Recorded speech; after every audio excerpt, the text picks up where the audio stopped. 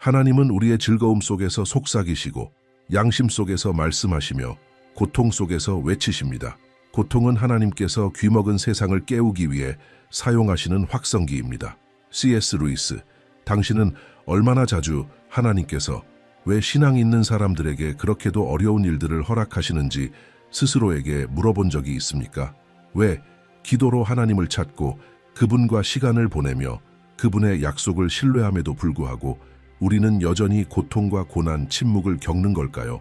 만약 이런 질문이 당신 마음에 자리 잡은 적이 있다면 당신은 혼자가 아니라는 것과 그 안에는 강력한 목적이 있다는 것을 알아야 합니다.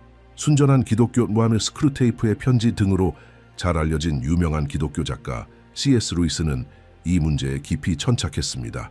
그는 아내의 죽음, 병마, 깊은 정서적 고통을 포함한 개인적인 시련을 겪었습니다. 하지만 그러한 경험 속에서 그는 오늘날 수많은 사람들의 삶을 변화시키는 깊은 영적 진리를 발견했습니다. 그리고 우리가 이 영상에서 나눌 이야기가 바로 그 진리입니다. 결국 C.S. 루이스는 고통 가운데서 무엇을 배웠을까요? 그는 하나님께서 침묵 속에서도 일하고 계신다는 것을 발견했습니다. 그는 고통이 비록 원치 않는 것일지라도 깊은 변화를 위한 하나님의 도구가 될 수 있다는 것을 이해했습니다. 우리가 고통 가운데 있을 때 하나님은 멀리 계신 것이 아니라 오히려 가장 가까이 계십니다. 그리고 바로 그 순간에 하나님께서는 우리의 이해를 초월하는 놀라운 축복을 준비하고 계십니다. 이 영상은 단순한 지적 혹은 신학적 분석이 아닙니다. 이것은 희망에 대한 초대입니다. 여기서 당신은 인생의 어려운 상황들이 사실은 하나님께서 가장 큰 기적을 이루시기 위해 사용하시는 무대일 수 있다는 것을 깨닫게 될 것입니다. 루이스와 성경의 가르침에 따르면 주님의 손안에서는 어떤 것도 낭비되지 않습니다. 고통에는 목적이 있고 광야에는 끝이 있으며 오늘 폐허처럼 보이는 것이 하나님에 의해 축복으로 바뀌고 있습니다. 성경을 보면 이 진리는 반복되어 나타납니다. 요셉은 형들에게 배신당하고 종으로 팔려가고 억울하게 감옥에 갇혔지만 결국 형제들에게 이렇게 말할 수 있었습니다. 당신들은 나를 해하려 하였으나 하나님은 그것을 선으로 바꾸셨습니다. 창세기 52시 욥은 모든 것을 잃었지만 결국 하나님께서 그의 모든 것을 갑절로 회복시키셨습니다.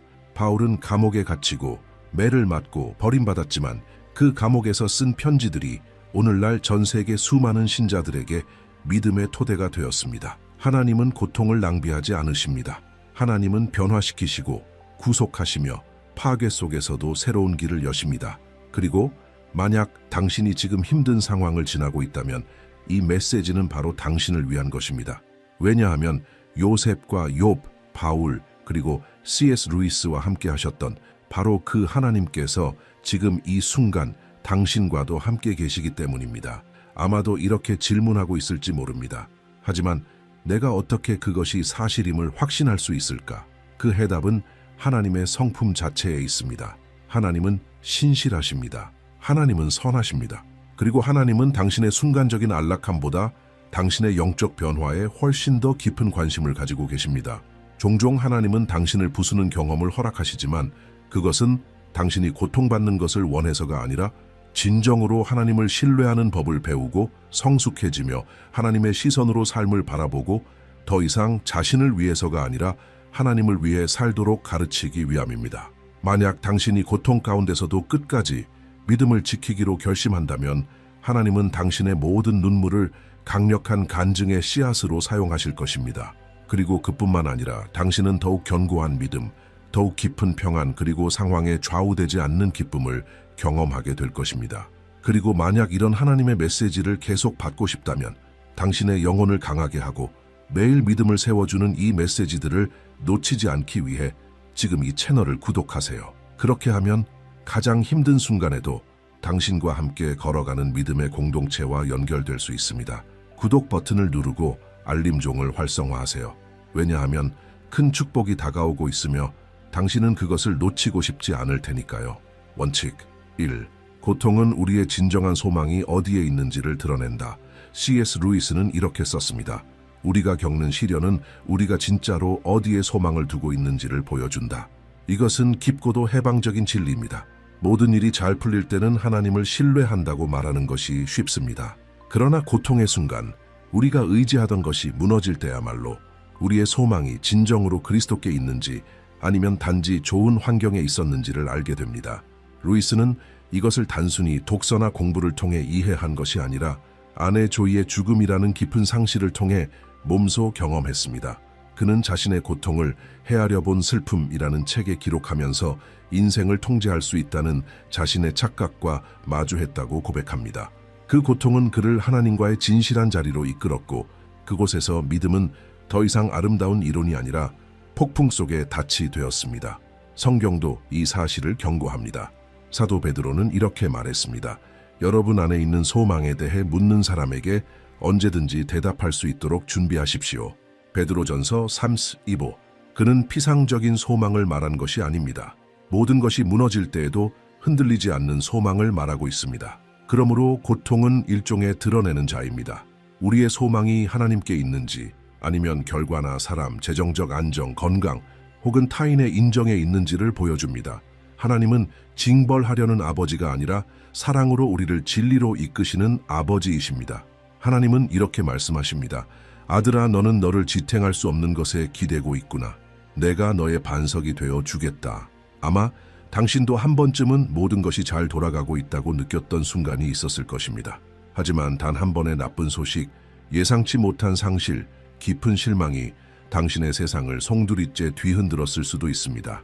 바로 그 순간 마음은 부르짖고 영혼은 진짜 모습을 드러냅니다. 한 번은 루시아라는 젊은 여성이 자신의 이야기를 나눈 적이 있습니다.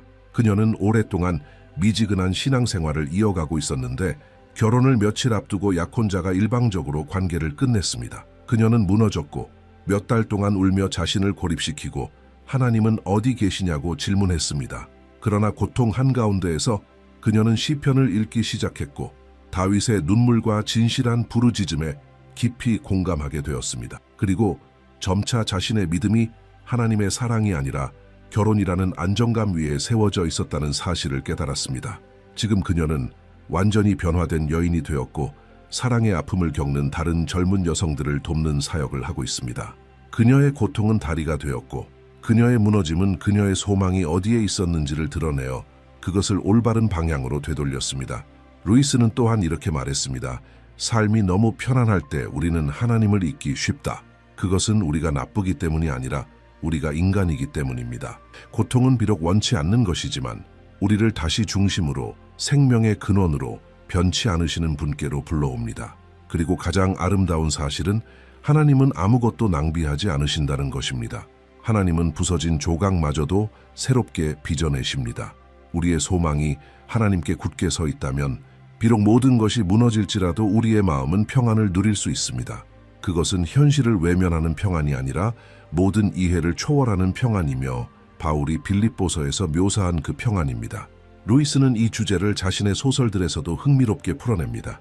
나니아 연대기에서는 등장인물들이 자주 고통과 위기의 순간을 마주하게 되며 그 속에서 아슬란 그리스도를 상징하는 존재를 신뢰할 것인지 선택해야 합니다. 그리고 바로 그 갈등 속에서 성장이 일어납니다. 하나님도 우리를 바로 그 자리로 이끌기를 원하십니다. 하나님은 우리를 불 가운데로 지나가게 하시지만 우리를 파괴하기 위해서가 아니라 우리의 믿음을 정금같이 연단하시기 위해서입니다. 진짜 금은 안락함이 아닌 용광로의 불 가운데서 만들어집니다. 혹시 당신이 지금 어려운 시간을 지나고 있다면 하나님께서 지금 당신에게 하시고자 하는 일은 단지 그 상황에서 벗어나게 하는 것이 아니라 더 깊은 것을 보여주시려는 것일 수 있습니다.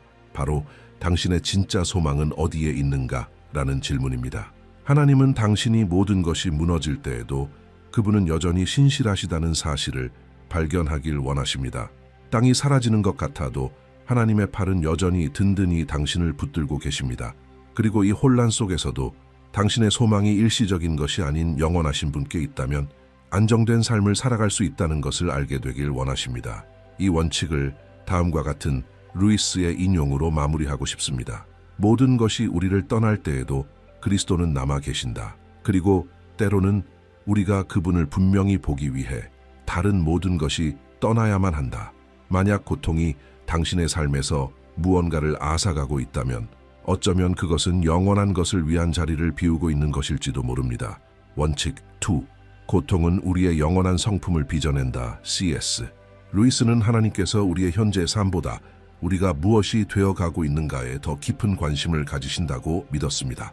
그에게 고통은 하나님께서 우리 안에 그리스도의 성품을 형성하기 위해 사용하시는 주요 도구 중 하나였습니다. 그는 이렇게 말했습니다. 인간의 문제는 자신이 원하는 방식대로 행복해지려 한다는 데 있다. 그러나 하나님은 피상적인 행복에 관심이 있는 것이 아니라 우리를 거룩하게 만드는 데 관심이 있으시다. 이 말은 우리가 고통을 바라보는 시각을 완전히 바꿔줍니다. 고통을 형벌로 보는 것이 아니라 정련의 과정으로 이해하게 되는 것이죠. 마치 조각가가 돌에서 불필요한 부분을 깎아내어 걸작을 만들어내듯 하나님도 고통을 통해 우리 안에 영원한 작품을 조각해내십니다. 이 개념은 로마서 5장 3, 4절의 말씀과도 정확히 일치합니다. 우리는 환난 중에도 즐거워합니다. 이는 환난은 인내를, 인내는 연단된 인격을, 연단된 인격은 소망을 이루는 줄 알기 때문입니다. 즉, 고통은 영적 성숙의 일부입니다. 하나님은 우리를 상처 입히려 하시는 것이 아니라 예수님을 닮은 존재로 빚으시려는 것입니다. 루이스는 이 진리를 설명할 때 집을 리모델링하는 하나님이라는 비유를 사용했습니다. 처음에는 작은 수리를 하시지만 곧 벽을 허물고 지붕을 뜯고 구조 전체를 바꾸기 시작하십니다. 그리고 그것은 아픕니다. 우리는 그분이 우리 삶을 망치고 있다고 느낄 수 있습니다. 그러나 실제로는 하나님께서 직접 거하실 수 있는 집을 지으시는 것입니다. 이 원칙은 펠리페라는 한 남성의 이야기를 통해 더욱 현실적으로 다가옵니다. 저는 제자 훈련 모임을 통해 그를 알게 되었는데 그는 늘 자존심이 강하고 모든 것을 스스로 통제하던 사람이었습니다. 직장도 잘 나갔고 건강도 좋았습니다. 하지만 35세에 그는 갑작스러운 사업 실패와 자가 면역 질환이라는 큰 시련을 겪게 됩니다. 처음에는 하나님께 반항하며 왜 자신에게 이런 일이 일어났느냐고 따졌습니다. 그러나 시간이 지나면서 그는 자신의 정체성이 성과 수입 능력에 기반하고 있었음을 깨닫게 되었습니다. 그 고통은 그의 내면에 있던 교만, 자기 의존, 진정한 헌신의 부족을 드러냈습니다. 그는 점점 하나님을 더 찾게 되었고 말씀을 묵상하고 기도로 도움을 구하며 다른 사람들을 섬기기 시작했습니다.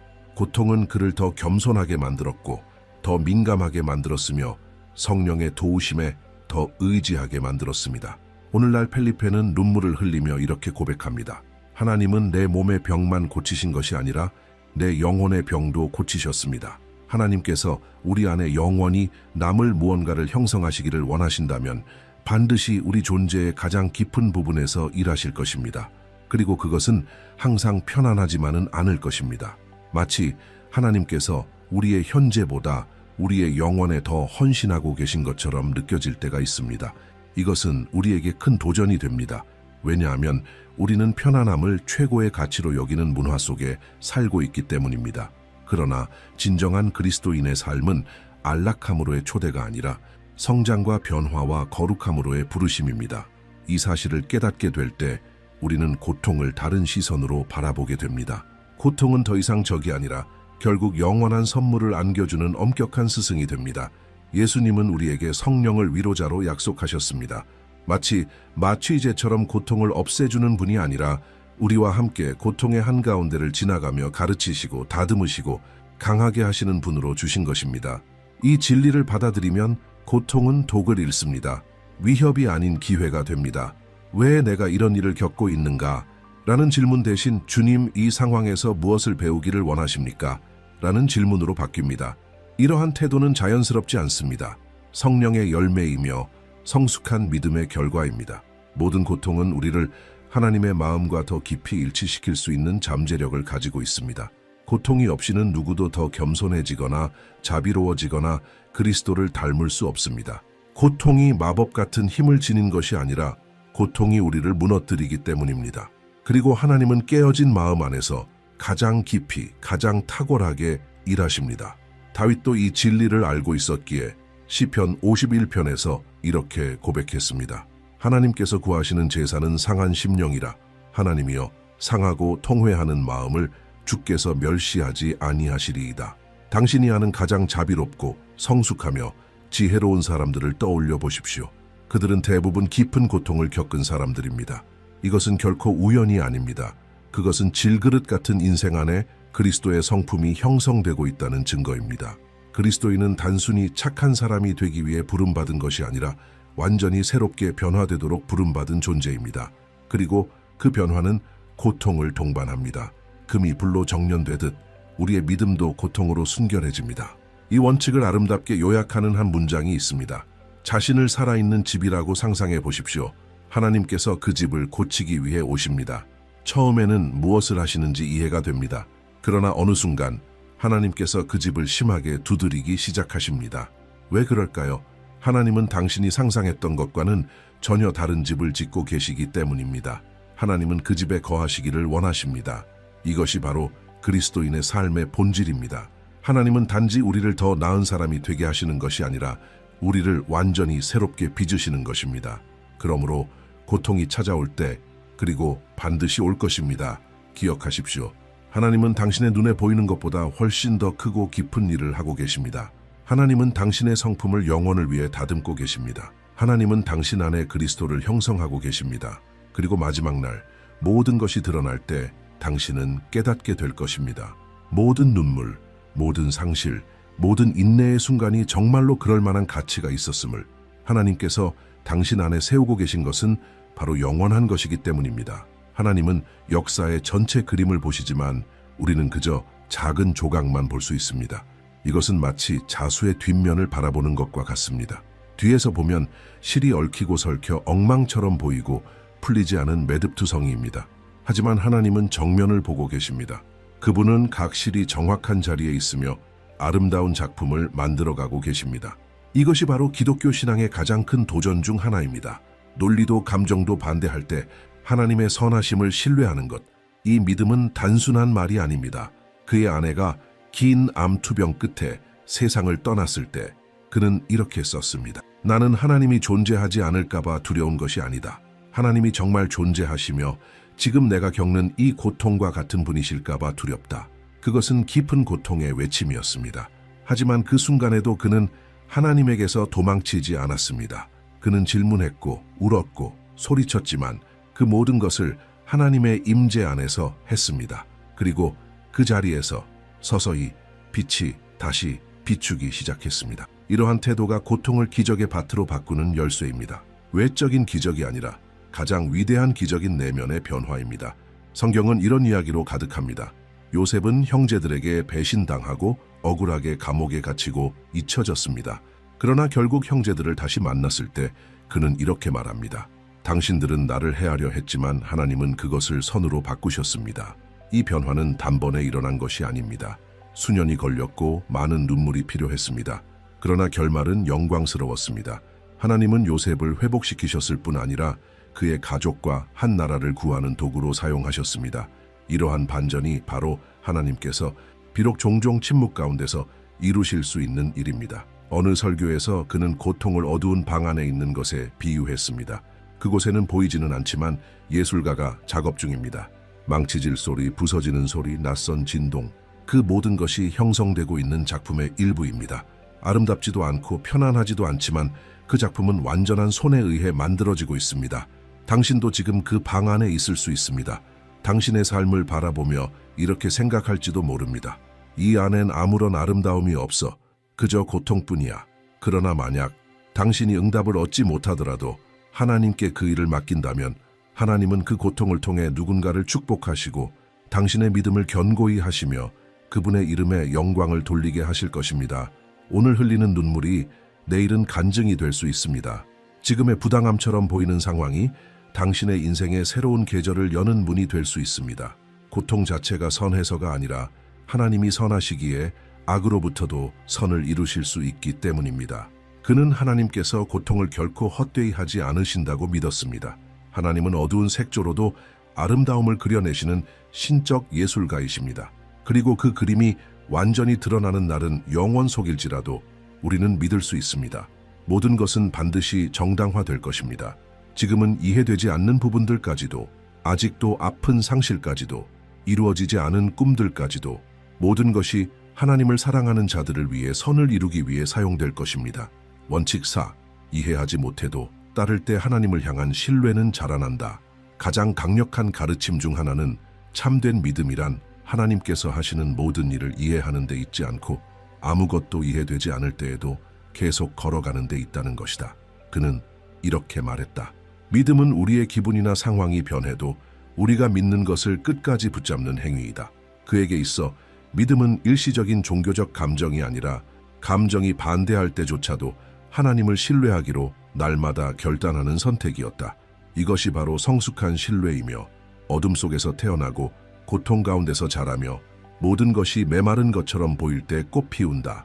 그리고 이런 믿음이 삶을 변화시킨다. 예수님 자신도 이 길을 걸으셨다. 겟세마네 동산에서 십자가에 못 박히기 전 예수님은 아버지께 이렇게 기도하셨다. 할 수만 있다면 이 잔을 내게서 옮겨주십시오. 그러나 내 뜻대로 하지 마시고 아버지의 뜻대로 하십시오. 예수님은 고통을 느끼고 싶어 하신 것이 아니었다. 그러나 신뢰하기로 결단하셨다. 그 고통의 순간 속에서 예수님은 우리에게 가르쳐 주셨다. 하나님을 신뢰하는 것은 그분의 길을 이해하는 것을 의미하지 않을 수 있으며 이해하지 못할 때에도 그분 안에 머무는 것이라고. 그는 고통 중에 하나님을 신뢰하는 행위가 가장 깊은 예배의 표현 중 하나라고 강조했다.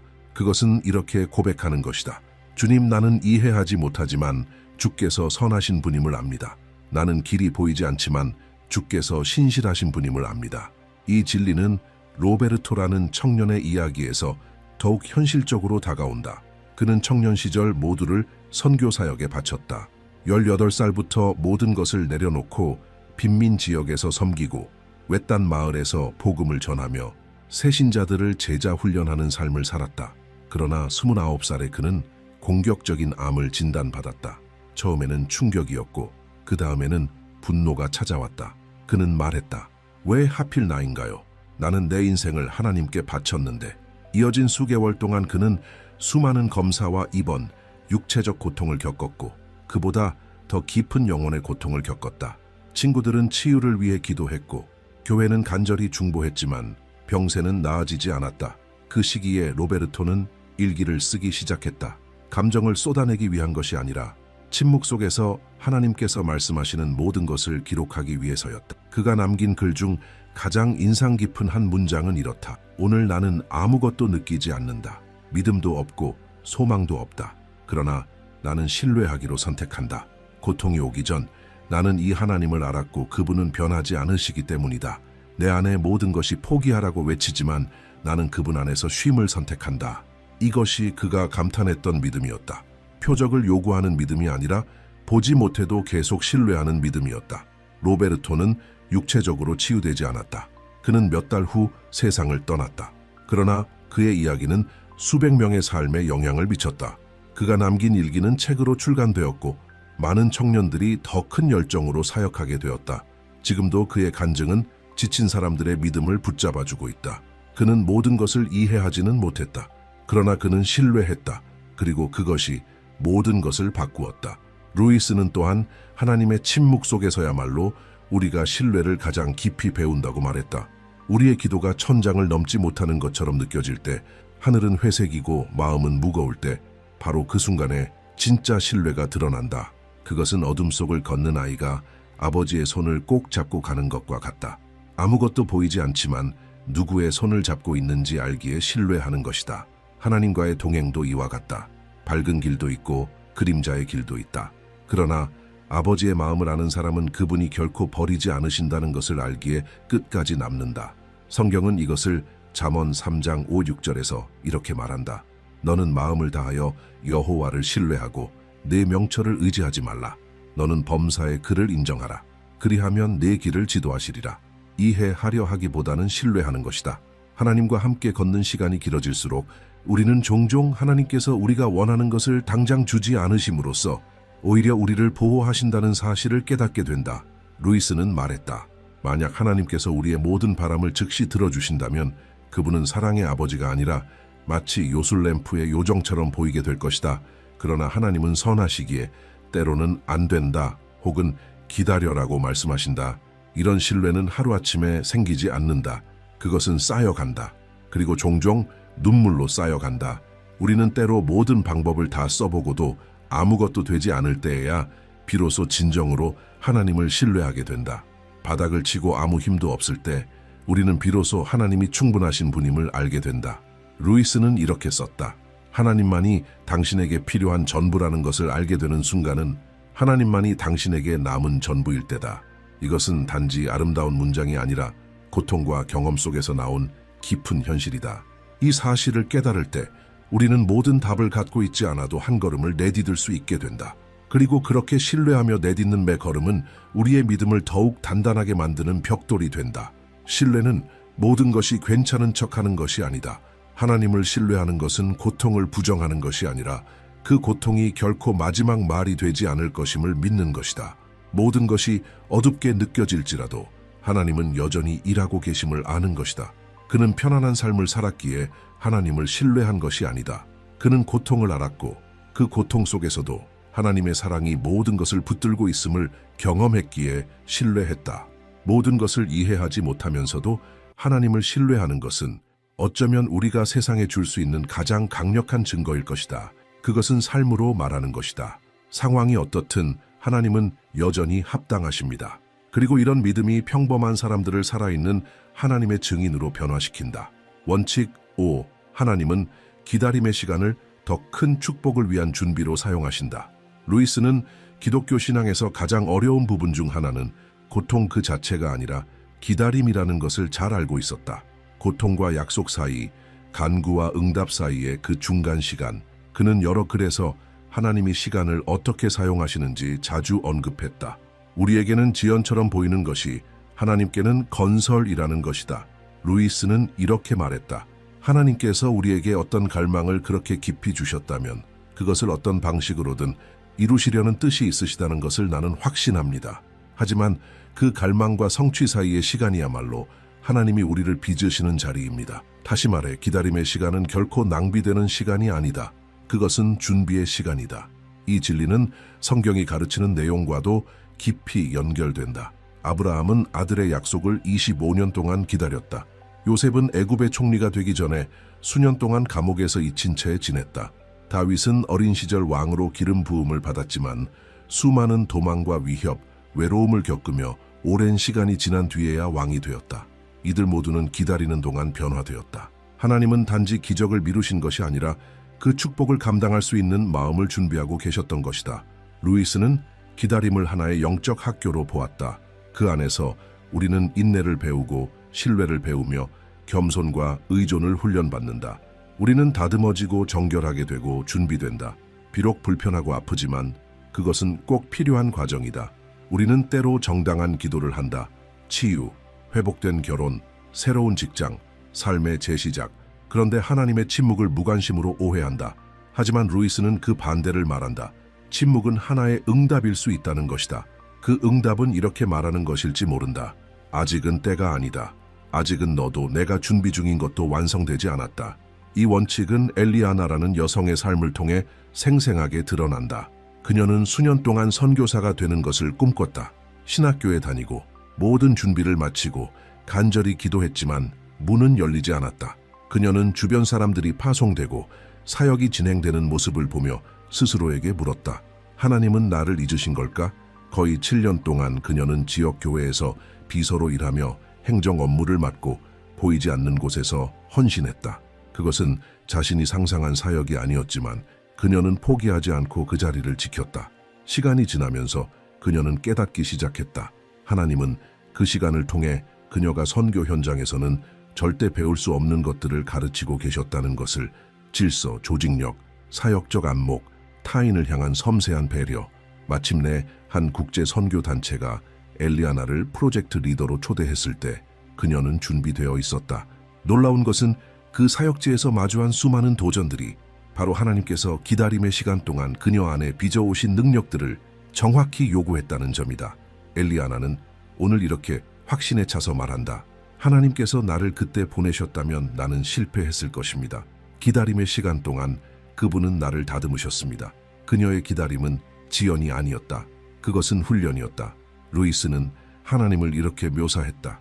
하나님은 우리가 어떤 좋은 것을 받기에 합당하고 거룩하게 다룰 준비가 될 때까지 그것을 쉽게 주시지 않는 아버지라고, 그리고 이것은 사랑의 표현이라고 말했다. 아버지가 아이에게 칼을 쉽게 주지 않듯 하나님도 우리가 그것을 선하게 사용할 수 있을 만큼 성숙해질 때까지 어떤 축복은 허락하지 않으신다. 우리가 그것을 스스로의 파멸이 아닌 선을 위해 사용할 수 있도록 말이다. 이사야 40장 31절은 이 진리를 잘 요약한다. 오직 여호와를 앙망하는 자는 새 힘을 얻으리니 독수리처럼 날개치며 올라갈 것이요 달려도 곤비하지 아니하고 걸어가도 피곤하지 아니하리로다. 여호와를 기다리는 것은 가만히 멈춰 있는 것이 아니다. 그것은 조용히 성장하고 믿음 안에서 성숙하며 땅을 떠나기 전에 나는 법을 배우는 것이다.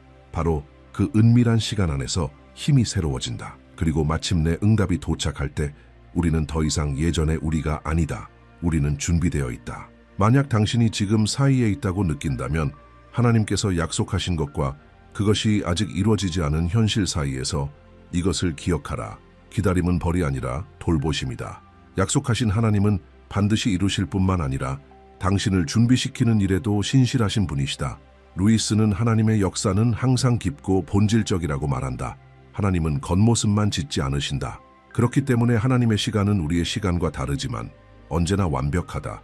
이 영상의 여정을 따라가며 우리는 루이스를 통해 드러난 5가지 깊은 진리를 살펴보았다. 고통은 우리의 참된 소망이 어디에 있는지를 드러내며 그 고통은 우리의 영원한 성품을 다듬는다.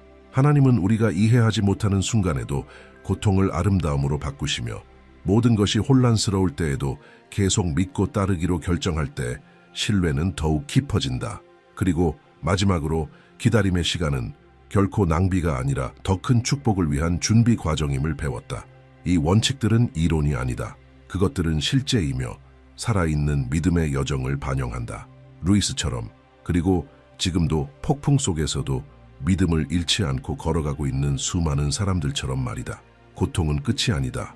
고난은 마지막 말이 아니다. 그리고 하나님의 지연은 결코 하나님의 잊음이 아니다. 이 모든 과정을 통해 하나님은 지금도 일하고 계십니다. 우리 안에 그리스도의 형상을 빚어가시며 하늘로부터 오는 축복을 받을 수 있도록 그리고 그것을 지켜낼 수 있도록 우리를 준비시키고 계십니다. 이제 초대는 분명합니다. 오늘 들은 원칙들 중 하나를 이번 주에 직접 실천해 보십시오. 어쩌면 당신에게 필요한 것은 모든 것을 이해하지 못해도 하나님을 신뢰하는 법을 배우는 것일지도 모릅니다. 혹은 믿음과 인내로 기다리는 훈련이 지금의 도전일 수도 있습니다. 어떤 상황이든 하나님은 그 길 위에서 당신을 만나 주실 것입니다. 하나님은 고통 가운데서도 자라기로 결단하는 사람을 귀하게 여기십니다. 결국 이 모든 여정은 당신을 하나님의 마음에 더 가까이 이끄는 중입니다. 그리고 그것이야말로 가장 큰 선물입니다. 이제 여러분에게 부탁드립니다. 이 영상이 전한 메시지를 통해 하나님께 받은 믿음의 고백이나 배운 교훈이 있다면 지금 댓글에 남겨주세요. 당신의 한마디가 지금 같은 고통 속을 지나고 있는 누군가에게 큰 힘이 될 수 있습니다. 아직 채널을 구독하지 않으셨다면 지금 구독 버튼을 누르고 알림종을 눌러주세요. 매일 하나님의 말씀과 함께 걷는 여정에 계속 함께할 수 있도록 말입니다. 그리고 잊지 마세요. 다음 영상은 여러분의 하나님과의 여정을 더 깊은 곳으로 이끌 것입니다. 지금 화면에 표시되고 있으니 꼭 이어서 시청해 주세요. 그곳에서 다시 만나요. 하나님께서 여러분의 길을 사랑과 목적 가운데 계속 인도해 주시길 바랍니다. 내 길을 여호와께 맡기라. 그를 의지하면 그가 이루시리로다. 시편 37호. 이 말씀은 마음의 짐을 지고 있는 모든 이들에게 주어지는 하나님의 포근한 품과 같습니다. 우리는 종종 마음속 상처, 걱정, 그리고 지울 수 없는 아픈 기억에 붙잡혀 살아갑니다. 바꿀 수 없는 순간을 반복해서 떠올리며 해결할 수 없는 문제로 스스로를 괴롭히곤 합니다. 바로 그때 하나님께서 맡기라 하시는 부르심이 생생하게 다가옵니다. 여기서 맡긴다는 것은 포기하는 것이 아니라 우리를 참으로 돌보실 수 있는 유일한 분께 드린다는 뜻입니다. 20세기 최고의 작가이자 기독교 신앙의 변증가 중 한 명인 C.S. 루이스는 인간의 고통과 하나님을 신뢰하는 믿음 사이의 긴장을 깊이 이해했습니다. 그는 깊은 상실, 의심, 내적 싸움을 직접 경험했지만 그 안에서 오히려 그리스도께 더 가까이 나아갈 기회를 발견했습니다. 그의 글에서 루이스는 믿음이 우리를 폭풍에서 면하게 하지는 않지만 그 폭풍 속에서 안전한 항구를 제공한다고 가르칩니다. 마음을 놓아드린다는 것은 단순한 상징적 행위가 아니라 영적인 행동입니다. 우리가 보지 못하는 것을 보시고 우리의 미래 모든 세부를 아시며 헤아릴 수 없는 사랑으로 우리를 사랑하시는 주권자 하나님을 인정하는 것입니다. 마음을 놓아드린다는 것은 모든 것을 통제하려는 시도를 멈추고 더 가볍고 평안하며 소망 가운데 사는 것을 의미합니다. 사실 인생은 좋은 날과 나쁜 날로 이루어져 있습니다. 좋은 날에는 감사하기 쉽지만 나쁜 날에는 걱정 속에 빠져들기 쉽습니다. 그러나 하나님의 말씀과 루이스의 생각은 더 큰 진리를 보여줍니다. 우리의 마음은 오직 그리스도 안에 뿌리를 둘 때만 참된 안식을 누린다는 것입니다. 이것이 우리의 삶의 방식을 변화시키는 힘입니다. 오늘 당신은 상실, 부당함, 마음의 상처 혹은 설명할 수 없는 두려움과 싸우고 있을지도 모릅니다. 어쩌면 혼자 감당하려 애쓰지만 그 무게가 감당할 수 없는 것처럼 느껴질 수 있습니다. 그러나 기쁜 소식은 하나님께서 우리가 혼자 이 짐을 지길 원하지 않으신다는 것입니다. 그분은 우리가 그 짐을 전적으로 아무것도 남기지 않고 그분의 손에 맡기기를 원하십니다. 루이스는 이렇게 말했습니다. 하나님께 자신을 드리는 것은 한 번의 행위지만 끊임없이 새롭게 되어야 한다. 이는 단지 고통 가운데 드리는 한 번의 기도가 아니라 날마다 이어가는 신뢰의 자세를 뜻합니다. 매일 아침 우리는 이렇게 고백할 수 있는 기회를 가집니다. 주님, 오늘도 이것을 주님께 맡깁니다. 제 삶은 주님의 손에 있습니다. 그리고 바로 그때 해방이 일어납니다. 모든 문제가 마법처럼 사라지기 때문이 아니라 우리의 마음이 더 이상 불안의 포로가 되지 않고 모든 이해를 초월하는 평안, 빌립보서 4:7 내에 지켜지기 때문입니다. 만약 당신이 가장 어려운 날에도 더 가볍고 평안하며 소망 가운데 살기를 원한다면 이 메시지는 당신의 마음 깊은 곳에 울림을 줄 것입니다. 이것은 단순히 지식에 관한 것이 아니라 세상이 줄 수 없는 참된 쉼을 당신 안에서 실제로 경험하는 변화에 관한 것입니다.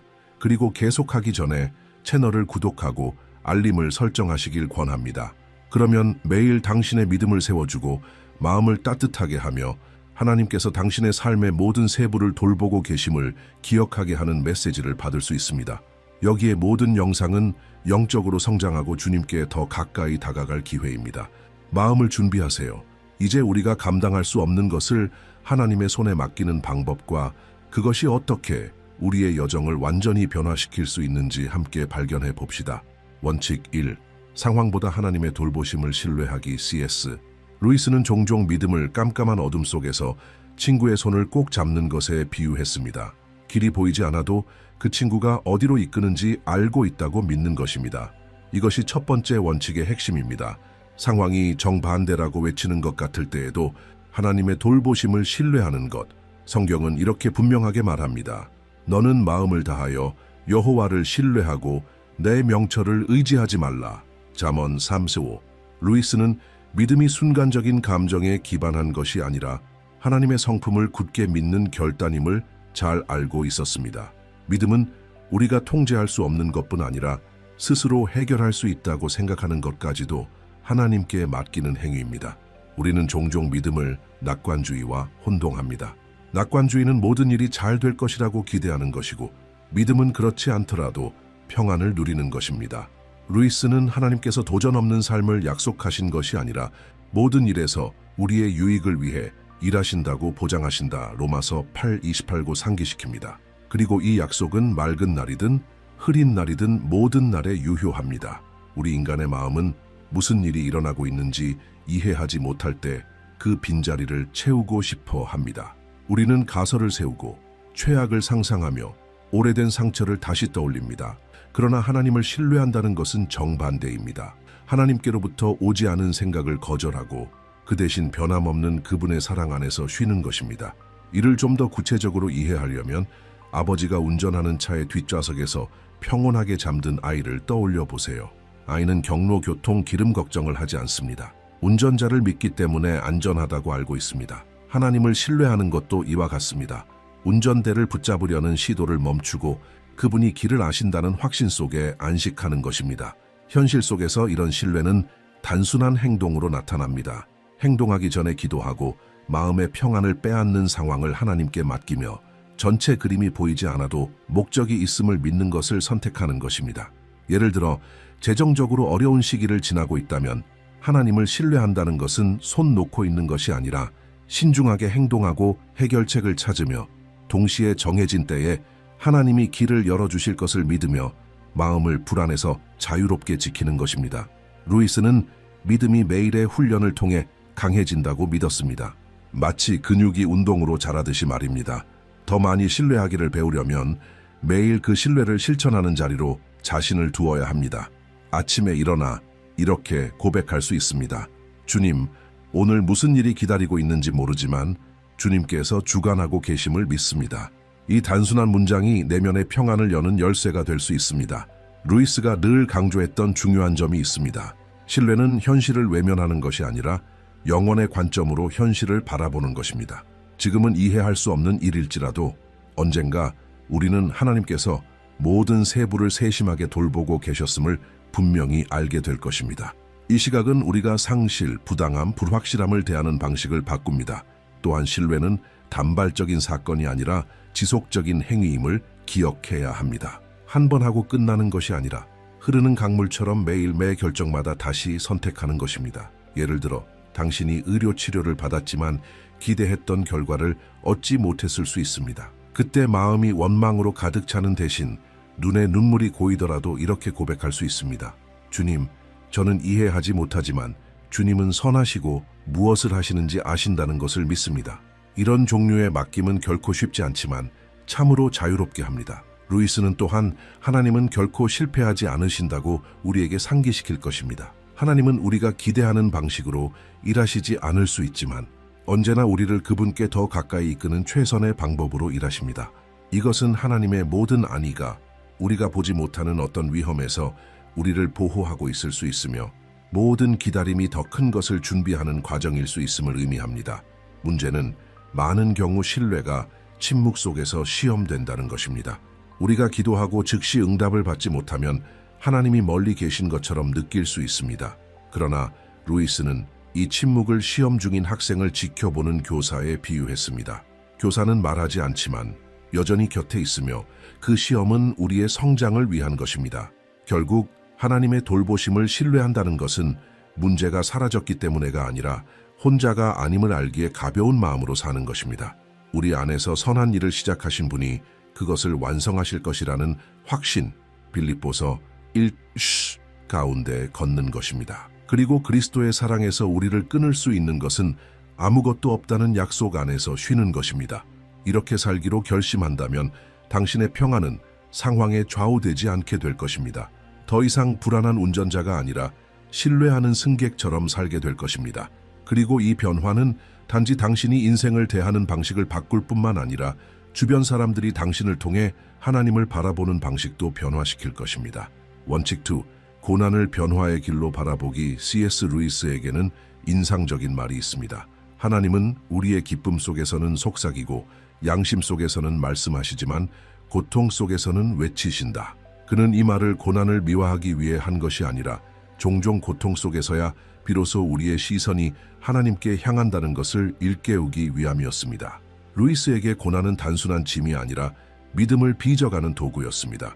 기독교적 관점에서 고통은 하나님의 계획에서 실수가 아니라 우리의 성장을 돕고 동기를 정결하게 하며 신뢰를 강화하는 도구입니다.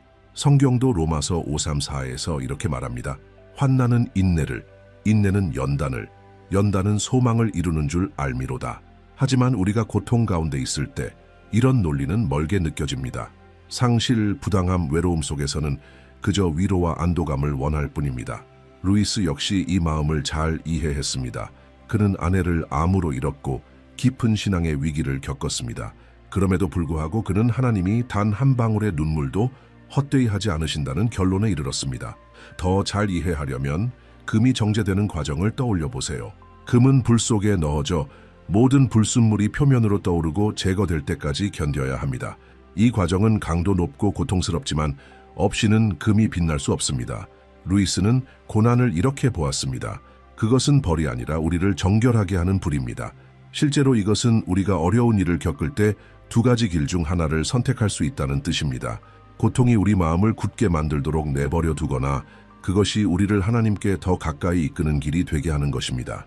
예를 들어 누군가가 상실을 겪는다면 그 사람은 슬픔 속에서도 이 땅의 삶이 영원의 시작일 뿐이며 그리스도 안에는 다시 만날 약속이 있다는 사실에서 힘을 얻을 수 있습니다. 모든 것이 괜찮은 척할 필요는 없습니다. 믿음은 현실을 부정하는 것이 아니라 우리가 혼자가 아니라는 확신으로 그것을 맞설 용기를 주는 것입니다.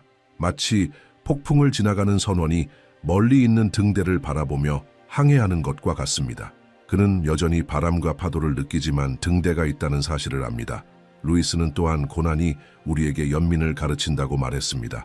깊은 아픔을 겪어본 사람은 다른 이들을 더 진심으로 위로할 수 있습니다.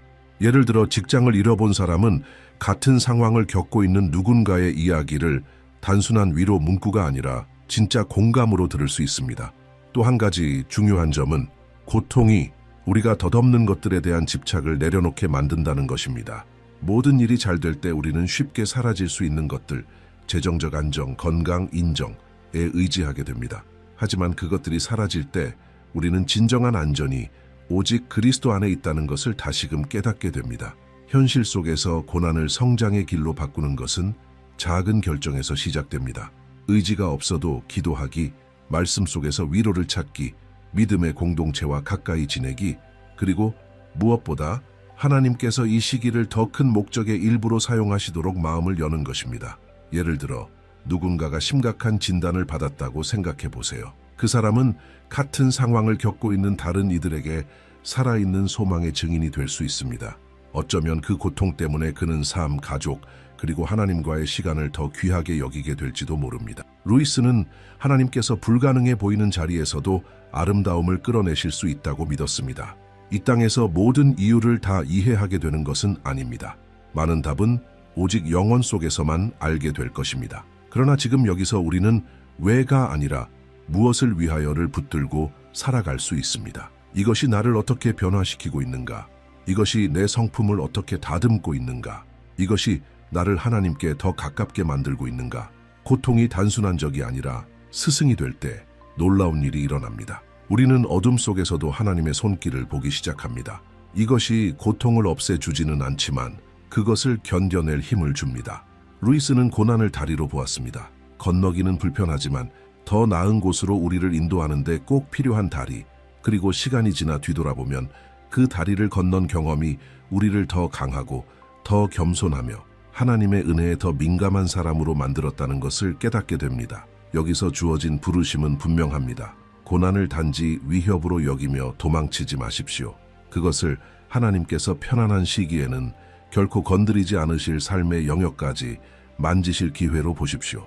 원칙 3. 참된 위대함의 열쇠로서 겸손을 기르기. C.S. 루이스는 겸손이란 자신을 덜 생각하는 것이 아니라 자기 자신에 대해 생각하는 시간을 줄이는 것이라고 말했습니다. 이 정의는 우리가 겸손을 이해하는 방식을 완전히 바꿉니다. 오늘날처럼 끊임없이 자기 자신을 드러내도록 부추기는 세상에서 겸손은 직관에 어긋나 보일 수 있습니다. 그러나 루이스에게 그것은 하나님과 이웃과 올바른 관계를 맺기 위해 필수적인 덕목이었습니다. 성경은 빌립보서 2:3-4에서 이렇게 강조합니다. 아무 일이라든지 다툼이나 허영으로 하지 말고 오직 겸손한 마음으로 각각 자기보다 남을 낮게 여기고 각각 자기 일을 돌볼 뿐더러 또한 각각 다른 사람들의 일을 돌보아 나의 기쁨을 충만하게 하라. 루이스는 겸손을 두 가지 영적 위험, 교만과 비교에 대한 해독제로 보았습니다. 교만은 우리가 다른 사람보다 낫다고 생각하게 만들고, 비교는 우리가 다른 사람이 가진 것과 존재하는 모습에 매여 살게 만듭니다. 반면 겸손은 우리가 가진 모든 것, 재능, 기회, 자원, 이 하나님의 선물임을 일깨워줍니다. 실제로 겸손하다는 것은 자신의 장점을 부정하거나 하나님이 주신 은사를 숨기는 것이 아닙니다. 그것은 그 은사를 과시가 아니라 섬김을 위해 사용하는 것입니다. 노래를 잘한다면 사람들을 격려하고 영감을 주기 위해, 리더십이 있다면 사랑과 정의로 이끌기 위해, 재정적으로 번영했다면 관대함을 실천하기 위해 사용하는 것입니다. 이러한 태도의 실제 예는 직장에서 프로젝트로 칭찬을 받을 때 그 공을 팀과 나누며 아무도 혼자서 성취할 수 없음을 인정하는 사람에게서 볼 수 있습니다. 이 단순한 행동은 허영의 악순환을 깨뜨리고 신뢰의 문화를 만듭니다. 루이스는 또한 겸손히 다른 사람에게 끊임없이 무언가를 증명하려는 필요에서 우리를 보호한다고 말했습니다. 그리스도 안에서 자신의 정체성을 이해할 때 우리는 사람들의 인정 경쟁에서 자유로워집니다.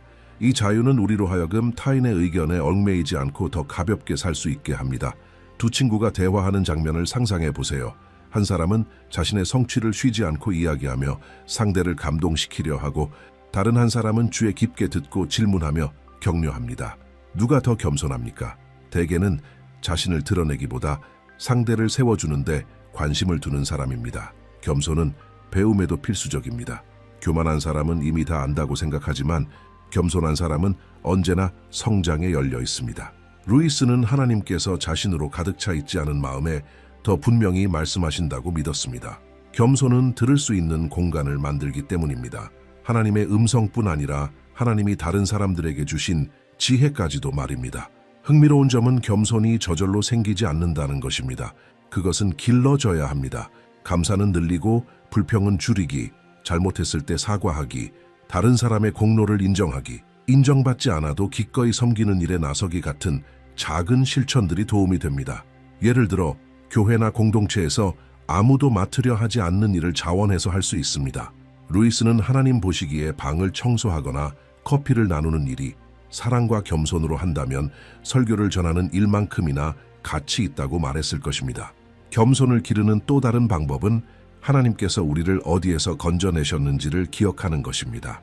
과거의 실수와 넘어짐은 영원한 수치의 이유가 아니라 우리가 가진 모든 것이 은혜로 주어졌음을 일깨워주는 살아있는 증거입니다. 이것은 우리가 다른 사람을 판단하는 마음을 막아줍니다. 루이스는 또한 참된 겸손은 조용하다고 경고했습니다. 내가 얼마나 겸손한지 보라고 말할 필요가 없습니다. 그저 행동할 뿐입니다. 요한복음 13장 1론 17절에서 예수님이 제자들의 발을 씻기신 것처럼 기대받지 않거나 인정받지 못하더라도 섬기는 것입니다. 결국 겸손은 우리가 가질 수 있는 가장 위대한 표현 중 하나입니다. 그것은 건강한 관계, 경청하는 태도, 그리고 하나님의 마음에 더 가까운 삶으로 가는 문을 열어줍니다. 이렇게 살기로 결심한다면 긴장은 줄어들고 비교는 힘을 잃으며 교만은 설 자리를 잃게 됩니다. 그리고 무엇보다 섬김을 받으러 온 것이 아니라 섬기러 왔다. 마가복음 10:45 하신 그리스도의 성품을 더 분명하게 드러내게 될 것입니다. 원칙 4. 영혼을 향한 소망으로 살아가기. C.S. 루이스는 이 세상에서 가장 많은 일을 하는 사람은 바로 다음 세상에 시선을 고정한 사람이라고 말했습니다. 그에게 있어 기독교적 소망은 현실 도피가 아니라 그 안에서 우리를 붙들어주는 힘이었습니다. 이 생이 영원한 이야기의 시작일 뿐임을 깨닫게 될 때 우리는 도전을 대하는 방식과 삶의 의미를 찾는 태도가 완전히 달라집니다. 성경은 골로사에서 3장 2절에서 이렇게 말합니다. 위 것을 생각하고 땅의 것을 생각하지 말라. 이것은 현재를 무시하라는 말이 아니라 우리가 여기서 경험할 모든 성취나 상실보다 훨씬 더 크고 영원한 목적지가 있음을 기억하라는 뜻입니다. 루이스는 소망을 우리의 믿음을 지속적으로 움직이게 하는 내부 엔진으로 보았습니다. 이 영혼의 관점이 없으면 우리는 쉽게 두려움, 조급함, 불안에 사로잡히게 됩니다. 반대로 무덤 너머에도 삶이 계속된다는 의식을 가지고 살면 우리는 고난을 견디고 어려운 시기에도 기쁨을 유지할 수 있습니다. 실제로 이런 소망은 매일의 선택 속에서 드러납니다. 아플 때도 용서하는 것, 왜냐하면 우리도 용서받았기 때문입니다. 관대하게 행동하는 것, 왜냐하면 하늘에 보물을 쌓기 때문입니다. 즉각적인 결과가 보이지 않아도 믿음을 지키는 것, 왜냐하면 하나님이 쓰고 계신 이야기의 결말을 신뢰하기 때문입니다. 이를 비유하자면 안전하고 따뜻한 집으로 가고 있다는 사실을 아는 여행자를 생각해 보십시오. 길이 울퉁불퉁하거나 폭풍을 만나더라도 그는 낙심하지 않습니다. 왜냐하면 목적지를 알기 때문입니다. 기독교인의 삶도 마찬가지입니다. 여정이 힘들 수 있지만 집이 우리를 기다리고 있습니다. 루이스는 또 이런 소망이 우리를 수동적으로 만들면 안 된다고 강조했습니다. 오히려 그것은 지금 행동하게 만드는 원동력입니다. 우리가 누군가를 돕고 낙심한 사람을 격려하며 고통받는 이를 위해 기도할 때 우리는 영원히 가치 있는 일에 동참하고 있는 것입니다. 예를 들어 아픈 가족을 돌보고 있다고 해 보십시오. 그 일은 힘이 들고 인내를 요구하며 종종 아무도 그 수고를 알아주지 않을 수 있습니다. 그러나 하나님의 눈에는 그 모든 돌봄의 행동이 귀하고 영원한 영향을 미칩니다. 이런 인식은 우리가 책임의 무게를 견디는 방식을 바꿉니다. 루이스는 또한 영혼을 단순히 더 나은 장소로만 생각하는 것은 잘못이라고 지적했습니다. 그는 영혼은 우리가 그리스도께 삶을 드리는 순간부터 시작된다고 강조했습니다. 영원한 소망으로 산다는 것은 하나님의 나라의 가치, 정의, 긍휼, 자비, 진리, 현재에 가져오는 것입니다. 이 소망은 절망으로부터 우리를 지켜줍니다. 모든 것이 끝난 것처럼 보여도 그것은 끝이 아니다라고 속삭입니다. 이것이 역사 속에서 박해받던 그리스도인들이 믿음을 굳게 지킬 수 있었던 이유입니다. 그들은 감옥과 위협 너머를 바라보며 예수께서 약속하신 생명의 관, 요한계시록 27을 보았습니다. 일상 속에서 우리는 말씀으로 마음을 채우고 믿음의 형제 자매와 함께하며 하나님의 약속을 끊임없이 기억함으로써 이 소망을 키울 수 있습니다. 그렇게 할 때 세상이 주려는 비관과 두려움에 맞서 우리의 마음을 굳건히 세울 수 있습니다. 루이스는 우리가 이런 관점을 가지고 살 때 단지 고통을 더 잘 견디는 것뿐 아니라 기쁨도 더 깊이 누릴 수 있다고 믿었습니다. 좋은 순간은 앞으로 우리를 기다리는 것의 한 단면을 보여주고 나쁜 순간은 영원에 비하면 잠시 지나가는 것임을 알게 되기 때문입니다. 결국 영원을 향한 소망으로 산다는 것은 교만이 아니라 우리의 구속자가 살아계시며 언젠가 그분을 얼굴과 얼굴을 마주하여 뵐 것이라는 확신으로 머리를 들고 걸어가는 것입니다. 이 확신이야말로 모든 것이 무너져 내리는 듯한 순간에도 계속 걸어갈 힘이 됩니다. 원칙 9. 희생적이고 참된 사랑으로 살아가기.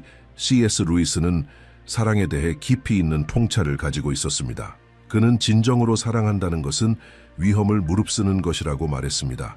상처받을 위험, 거절당할 위험, 주는 것보다 더 많이 주어야 할 위험. 그에게 기독교적 사랑은 일시적인 낭만적 감정이 아니라 우리에게 대가를 요구하더라도 상대방의 선을 적극적으로 추구하는 헌신이었습니다. 성경은 요한복음 15장 13절에서 이렇게 이 사랑의 기준을 제시합니다. 사람이 친구를 위하여 자기 목숨을 버리면 이에서 더 큰 사랑이 없나니. 예수님은 이 사랑을 말씀으로만 하신 것이 아니라 우리를 위해 끝까지 실천하셨습니다. 우리가 아직 죄인이었을 때, 원수 되었을 때조차 로마서 5:8 자신의 생명을 내어주셨습니다. 루이스는 이 네 가지 사랑에서 사랑을 구분했습니다. 가족 간의 애정, 우정, 낭만적 사랑, 그리고 그 모든 위에 있는 아가페의 사랑. 여기서 말하는 것은 바로 마지막의 사랑, 하나님의 마음을 반영하는 무조건적 사랑입니다. 이 사랑은 단순한 호의나 동정심을 넘어섭니다. 그것은 행동, 희생, 그리고 종종 편안함이나 편리함을 내려놓는 것을 포함합니다. 그렇기에 이 사랑은 드물고 귀합니다. 루이스는 우리가 상처받지 않으려면 가장 안전한 방법은 아무도 사랑하지 않는 것이라고 경고했습니다. 마음을 닫고 금고에 가두어 아무도 들어오지 못하게 하는 것입니다. 그러나 그렇게 하면 그 마음은 결국 딱딱해지고 무감각해져서 기쁨이나 연민을 느낄 수 없게 됩니다. 사랑한다는 것은 자신을 드러내는 것이며 그것이야말로 하나님의 형상대로 지음받은 우리의 인류성의 본질적인 부분입니다. 현실 속에서 이것은 사람들이 실패하거나 상처 주거나 실망시킬 수 있다는 것을 알면서도 그들의 삶에 깊이 관여하는 것을 의미합니다. 그것은 그 사람이 완벽해서가 아니라 하나님께서 우리가 그분을 저버릴 것을 아시면서도 먼저 우리를 사랑하셨기 때문에 위험을 감수하는 것입니다. 희생적인 사랑은 거창하고 드문 행동만을 의미하지 않습니다. 오히려 그것은 종종 일상 속에서 세상에는 눈에 띄지 않지만 하나님 보시기에는 귀한 단순한 행동들로 이루어집니다.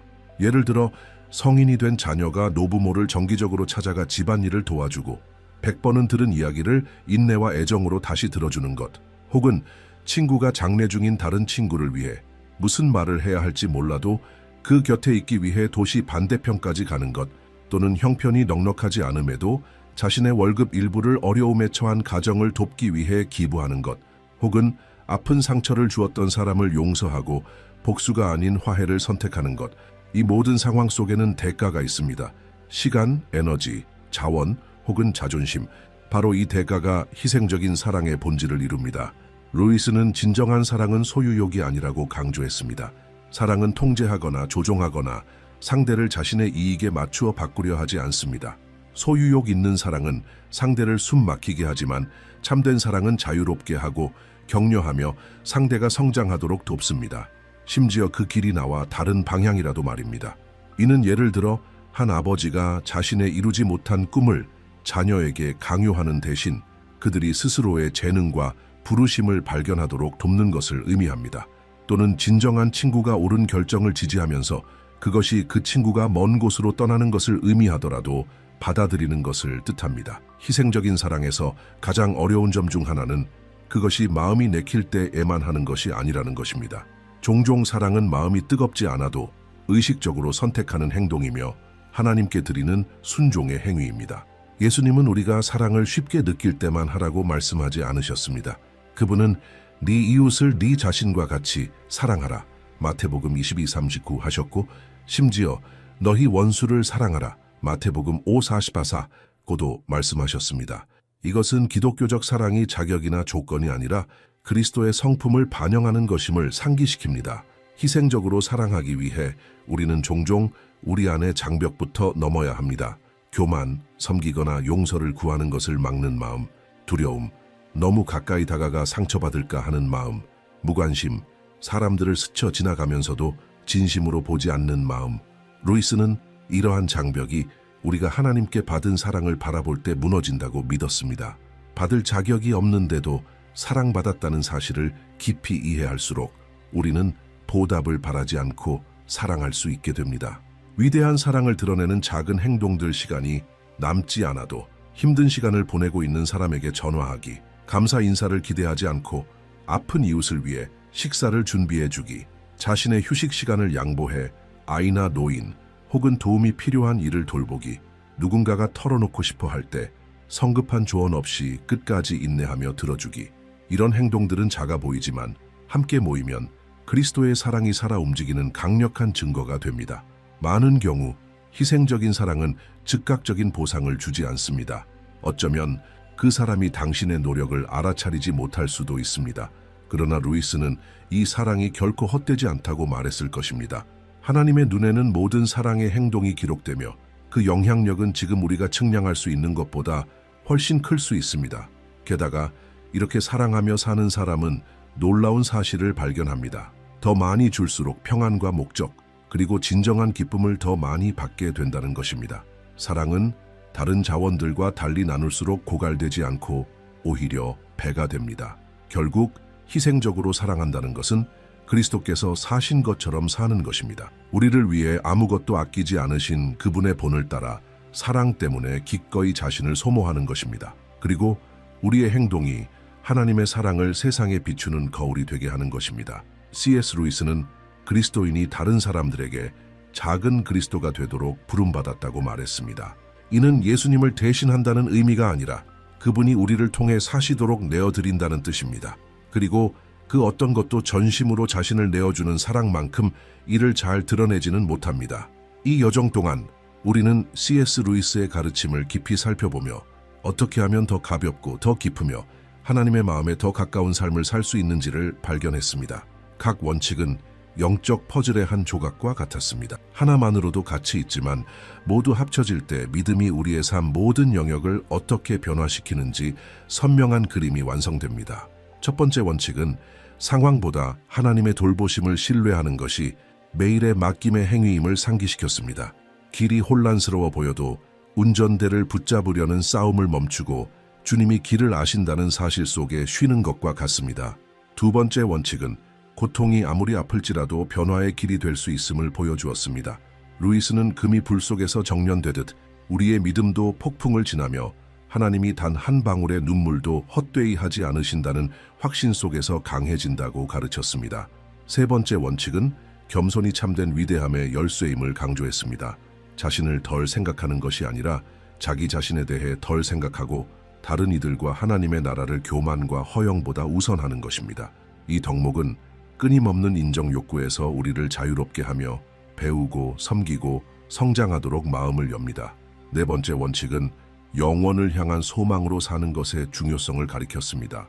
이 생이 단지 시작임을 이해할 때 우리는 도전을 용기로 맞이하고 모든 사랑의 행동이 영원히 울려 퍼진다는 것을 알기에 관대하게 행동합니다. 마지막으로 다섯 번째 원칙은 희생적이고 참된 사랑으로 우리를 이끌었습니다. 이는 시간, 자원, 편안함을 기꺼이 내어주며 자유하게 하고 용서하며 섬기고 그리스도의 마음을 반영하는 사랑입니다. 이 원칙들이 함께 모여 우리에게 강력한 초대를 건넵니다. 단순히 살아남기 위해서가 아니라 영적으로 꽃 피우며 사는 삶을 살라는 것입니다. 믿음은 단지 생각들의 모음이 아니라 신뢰와 맡김, 소망과 능동적인 사랑으로 빚어진 온전한 삶임을 일깨웁니다. 루이스는 그리스도인이 다른 사람들에게 작은 그리스도가 되도록 부름받았다고 말했습니다.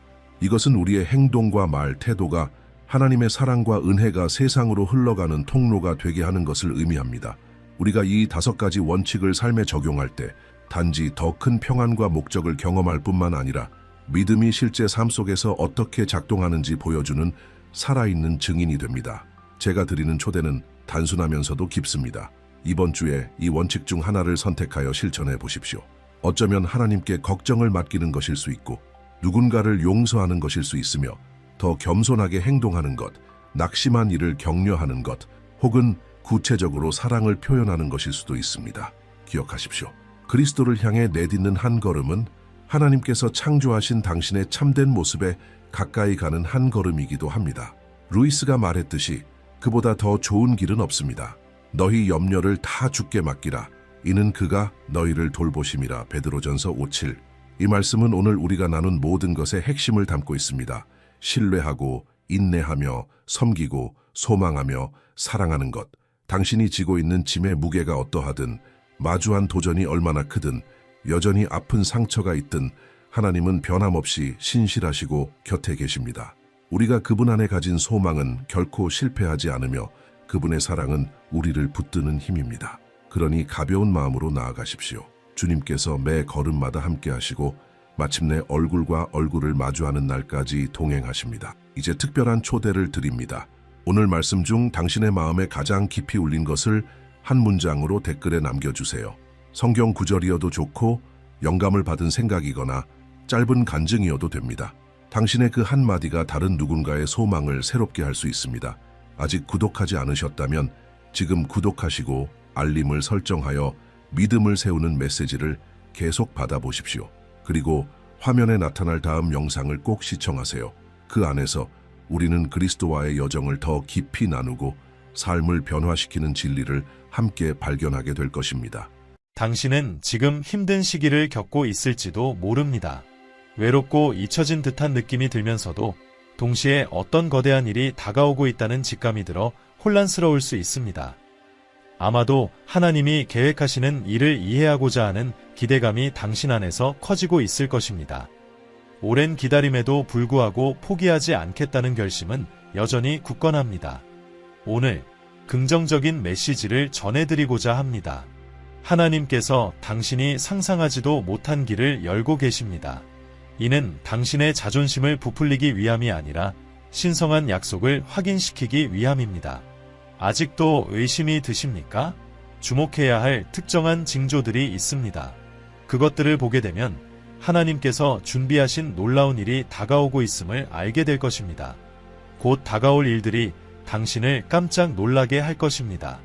이 징조들은 무엇일까요? 그 전에 아직 하지 않으셨다면 구독하시길 권장합니다. 새로운 콘텐츠 알림을 받는데 도움이 될 것입니다. 하나님은 당신의 안녕을 중요하게 여기시며 당신이 좋은 것을 놓치지 않도록 확실히 하십니다. 아마도 아직 하나님께서 무엇을 하고 계신지 보이지 않을 수 있습니다. 그러나 바로 이 순간에도 하나님은 당신을 놀라게 할 새로운 문을 열고 계십니다. 하나님은 당신의 상황을 뒤집고 다시금 미소를 되찾게 하시려 합니다. 당신이 어떤 어려움을 겪고 있더라도 절망할 이유는 없습니다. 당신에게는 목적을 가지고 행동하시는 아버지가 계시며 당신의 고통 앞에 침묵하고 계시지 않습니다. 하나님은 당신의 마음속 가장 깊은 바람을 이루기 위해 적극적으로 일하고 계십니다. 당신이 해야 할 일은 자신감을 가지고 기다리며 받을 준비를 확장하는 것입니다. 이를 확인하기 위해 주목해야 할 12가지 징조가 있습니다. 징조 1. 강렬한 시련과 실망. 많은 사람들이 어려움도 성장의 기회가 될 수 있다는 사실을 깨닫지 못합니다. 인간의 본성은 불편함을 거부하지만 가끔은 하나님께서 이러한 시련을 허락하신다는 것을 알고 계십니까? 하나님은 이러한 시련이 정련의 과정이 될 수 있다는 것을 이해하십니다. 하나님은 당신이 어려운 시기를 겪을 때 언제나 당신 곁에 계십니다. 하나님은 당신이 계획하신 것을 받도록 도전들을 통해 당신을 준비시키십니다. 하나님은 이 어려운 시기를 통해 당신의 성품을 빚어가십니다. 요셉은 수많은 시련과 고난을 겪었지만 그것들은 하나님의 신성한 계획 안에 그를 두기 위한 도구였습니다. 요셉이 보디발의 집에서 주인의 모든 소유를 관리하는 위치에 있었다면 안주하기 쉬웠을 것입니다. 그러나 그 자리가 아무리 유망해 보여도 그것은 하나님이 요셉을 위해 계획하신 최종 목적지가 아니었습니다. 하나님은 요셉이 이집트를 다스리기를 원하셨지, 단지 궁전을 관리하는 사람이 되기를 원하지 않으셨습니다. 그래서 하나님은 요셉이 감옥에 가도록 허락하셨습니다. 그것이 요셉이 궁전으로 들어가는 통로였기 때문입니다. 만약 당신이 힘든 시기를 겪고 있거나 경제적 어려움에 직면해 있다면 하나님께서 이 모든 싸움을 잊게 만들 큰 재정적 문을 열고 계심을 알아야 합니다. 새벽이 오기 전 밤이 가장 어두워 보이는 것을 눈치채셨나요? 어둠이 끝이 없을 것처럼 보이지만 바로 그 순간에 아침이 밝아옵니다. 그러므로 시련에 직면했을 때 용기를 내십시오. 그것들은 하나님의 축복이 곧 도래할 징조입니다. 성경은 당신이 직면한 어려움이 하나님께서 준비하신 축복에 비해 미미한 것이라고 묘사하고 있습니다. 희망을 잃지 마십시오. 이 시기는 일시적이며 영원하지 않을 것이며 곧 지나갈 것입니다.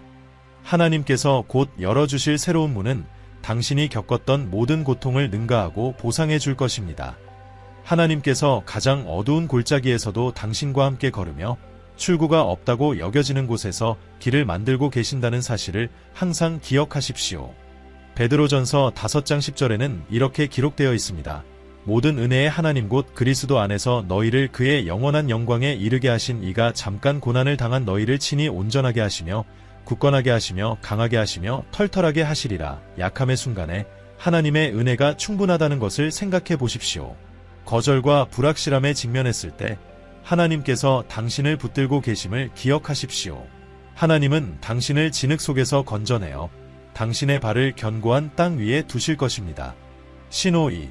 하나님께서 당신의 말을 변화시키신다. 하나님은 말의 변혁적인 힘을 알고 계십니다.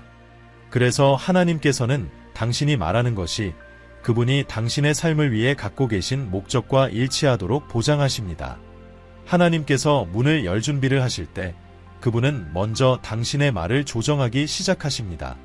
갑자기 당신은 말하는 것에 더 많은 주의를 기울이게 됩니다. 하나님께서는 당신이 매일 아침 축복과 은혜를 선언하도록 격려하십니다. 이는 성령께서 하나님께서 무엇을 하실지 알려주시고 당신의 마음속 믿음을 강화해 주시는 것입니다. 믿음을 나타내는 한 가지 방법은 바로 말입니다. 고린도후서 4장 13절에는 내가 믿었으므로 말하였다 라고 적혀 있습니다. 같은 믿음의 영으로 우리도 믿고 말합니다. 따라서 당신의 말이 하나님의 계획과 일치할 때 그것은 하나님께서 당신이 축복을 받아들일 준비를 하고 계신다는 신호입니다. 신호 3. 전략적인 행동을 취하라는 긴박감. 다가올 일에 대비하고 전진해야 한다는 필요성을 느끼고 있습니까? 어쩌면 당신 안에서 무언가가 예상치 못한 기회에 주목할 때가 되었다고 신호를 보내고 있을지도 모릅니다. 이것은 베데스다 연못에서 특정한 순간에 하나님께서 물을 휘저으셨던 것과 비교될 수 있습니다. 그때 준비된 자들이 들어가서 치유를 받았습니다. 만약 행동해야 한다는 긴박감을 느끼고 있다면 그것은 커다란 일과 예상치 못한 일이 다가오고 있다는 신호입니다. 당신이 행동하고자 하는 그 행동이 바로 하나님께서 가져오실 축복을 받기 위한 올바른 위치에 당신을 놓이게 할 것입니다. 하나님께서 당신에게 무언가를 하도록 영감을 주실 수 있으며 당신은 그저 준비가 되어 있어야 합니다. 그렇기 때문에 각 단계에서 하나님의 움직임을 분별하는 것이 중요합니다. 하나님께서 새로운 과정을 배우게 하시거나 수업에 등록하게 하실 수도 있습니다. 이는 그 특정한 기술들이 문을 열어줄 기회가 될 수 있기 때문입니다. 하나님께서 특정 사람들과 가까워지게 하실 수도 있는데 이는 그 관계가 당신의 경력에 기회를 제공할 수 있기 때문입니다. 하나님께서 이러한 채널을 여실 때 그분이 무엇을 하고 계시는지 주의 깊게 살피는 것이 중요합니다. 또한 신속하게 행동하는 법을 배우는 것이 필수적입니다. 이러한 행동이 당신이 축복을 받을 위치에 있도록 보장하기 때문입니다. 신호 4. 희생. 하나님께서 상상할 수 없는 문을 여시는 방법 중 하나는 희생을 통해서입니다. 당신이 드리는 희생은 반드시 당신에게 의미 있는 비용이 들어야 합니다. 하나님께서는 결코 당신에게 가치가 없는 것을 요구하지 않으실 것입니다. 하나님께서는 당신이 얼마나 멀리 갈 수 있는지를 보고 싶어 하십니다. 하나님께서는 당신이 가진 것을 필요로 해서 이러한 요구를 하시는 것이 아닙니다. 하나님은 모든 부와 권위와 권세의 주인이시며 자급자족하시는 분이십니다. 그러나 하나님은 당신이 그것을 되돌려 드릴 만큼 기꺼이 헌신하는지에 따라 당신을 축복하십니다. 이것은 하나님께서 당신에게 주신 축복을 그분의 왕국 확장을 위해 사용하기를 원하실 때 자주 일어납니다. 하나님께서는 당신이 그 축복을 필요로 하는 사람들에게 나누지 않을 것을 아신다면 그 축복을 주시지 않으실 것입니다. 그래서 하나님께서는 당신이 단지 그분의 축복이 다른 사람에게 흘러가는 통로에 불과하다는 것을 이해하는지를 시험하십니다. 하나님께서는 당신이 왕국을 위해 무언가를 포기할 수 있는지를 알고 싶어 하십니다. 따라서 하나님께서 당신에게 희생을 요구하신다면 그것은 하나님께서 당신에게 큰 도약을 고려하고 계신다는 신호입니다. 사렙다 과부에 대한 엘리야의 요구를 예로 들어보겠습니다. 열왕기상 17장에서 기근의 시기 동안 이 과부는 절망적인 상황에 처해 있었습니다. 그녀는 음식이 충분하지 않았고 자신과 아들을 위해 마지막 식사를 준비하려고 할 때 엘리야가 나타나 그녀가 준비하던 그 음식을 요구했습니다. 이것은 하나님께서 그녀에게 그 순간에 가장 소중한 것을 요구하신 것이었습니다. 열왕기상 17장 14대 16절에 이렇게 기록되어 있습니다. 이스라엘의 하나님 여호와의 말씀이 여호와께서 비를 지면에 내리시는 날까지 그 통에 가루가 떨어지지 아니하고 그 병에 기름이 없어지지 아니하리라 하셨느니라. 그녀는 가서 엘리야의 말대로 하였더니 그 집과 엘리야와 그녀의 가족이 많은 날 동안 먹었으나 여호와께서 엘리야로 하신 말씀대로 통에 가루가 떨어지지 아니하고 병에 기름이 없어지지 아니하니라. 그녀는 하나님께서 그녀의 삶에 축복을 가져오실 것을 알지 못했습니다. 그러나 그 축복에 접근하기 위한 첫 번째 단계는 그녀에게 가장 소중한 것을 희생으로 드리는 것이었습니다. 하나님께서는 이것을 기근으로 황폐해진 땅에 풍성한 축복을 풀어주는 수단으로 사용하셨습니다. 그녀는 그 결정적인 순간에 자신이 가진 모든 것을 주기로 선택했기 때문에 이 풍요를 경험했습니다. 당신이 가진 모든 것을 주어야 한다고 느끼고 있습니까? 하나님께서 당신이 가장 소중히 여기는 것을 바치도록 격려하고 계십니까? 왜 망설이십니까? 순종하고 하나님께서 당신에게 엄청난 축복을 부어주시는 것을 보십시오. 당신의 축복이 다가오고 있습니다. 이 희생적 헌신에 대한 하나님의 지시는 그저 하나의 신호일 뿐이며 더 많은 신호들이 남아 있습니다. 신호 5. 하나님께서 하시는 일을 확인해 주시는 계시. 하나님은 항상 당신의 삶에서 무언가를 행하시기 전에 나타나십니다. 종종 하나님은 꿈과 환상을 통해 이를 전달하십니다. 당신이 하나님과의 이러한 만남을 시작하게 되면 이는 하나님의 축복이 가까워지고 있다는 신호입니다. 하나님은 또한 영적 지도자, 가까운 친구, 동료 또는 설교를 통해 예언적 채널을 통해 말씀하실 수 있습니다. 이러한 계시를 받을 때 그것은 당신의 영혼의 확신을 심어주며 이 순간이 바로 하나님께서 무언가를 이루시려는 때임을 깨닫게 됩니다. 하나님은 이 계시들을 통해 당신에게 그분의 계획을 알리는 것뿐만 아니라 당신을 기도로 부르십니다. 적이 항상 당신의 축복을 왜곡하려고 시도한다는 것을 기억하십시오. 고린도전서 16장 9절에는 내게 넓게 열린 문이 있으되 대적하는 자가 많음이라고 쓰여 있습니다. 그러므로 적의 일을 무산시키기 위해 집중적인 기도에 참여하는 것이 중요합니다. 당신의 길에 나타날 수 있는 모든 반대를 무너뜨려야 합니다. 신호 6. 하나님께서 당신을 준비시키신다. 이 시점에서 하나님은 당신을 빚으시는 기간으로 이끄십니다. 성장하고 자신을 발전시키고자 하는 강한 욕구를 느낄 때 이는 하나님의 축복이 가까워지고 있다는 표시입니다.